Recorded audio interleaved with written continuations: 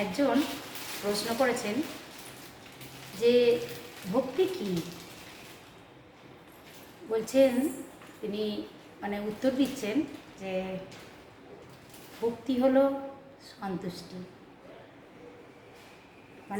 যে অল্পতে সন্তুষ্ট থাকতে পারে সেই পরম ভক্তিমতী।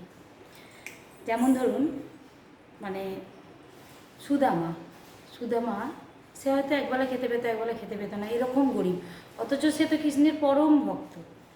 দিয়ে ওই সুদামাকে যদি আপনি জিজ্ঞাসা করেন যে কেমন আছেন, সে বলবে প্রভুর বড় কৃপা, কৃষ্ণর কৃপা সর্বদা আমার মাথার উপরে।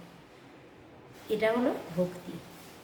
সে অল্পতেই অনেক সন্তুষ্ট, যে কৃষ্ণ তাকে ভালোবাসে, তার সখা, তার কিন্তু কিছুই ধন দৌলত নেই। তাই ভক্তি কি? ভক্তি হলো সন্তুষ্টি। যে অল্পতে সন্তুষ্ট, আমার যেটা আছে, আমি যা পেয়েছি এটাই অনেক, এটাই প্রভুর কৃপা, আমি অনেক কৃপা করে পেয়েছি, এটা যে ভাবতে পারে, সে সন্তুষ্ট থাকে জীবনে, সেই ভক্তিমতী হয়।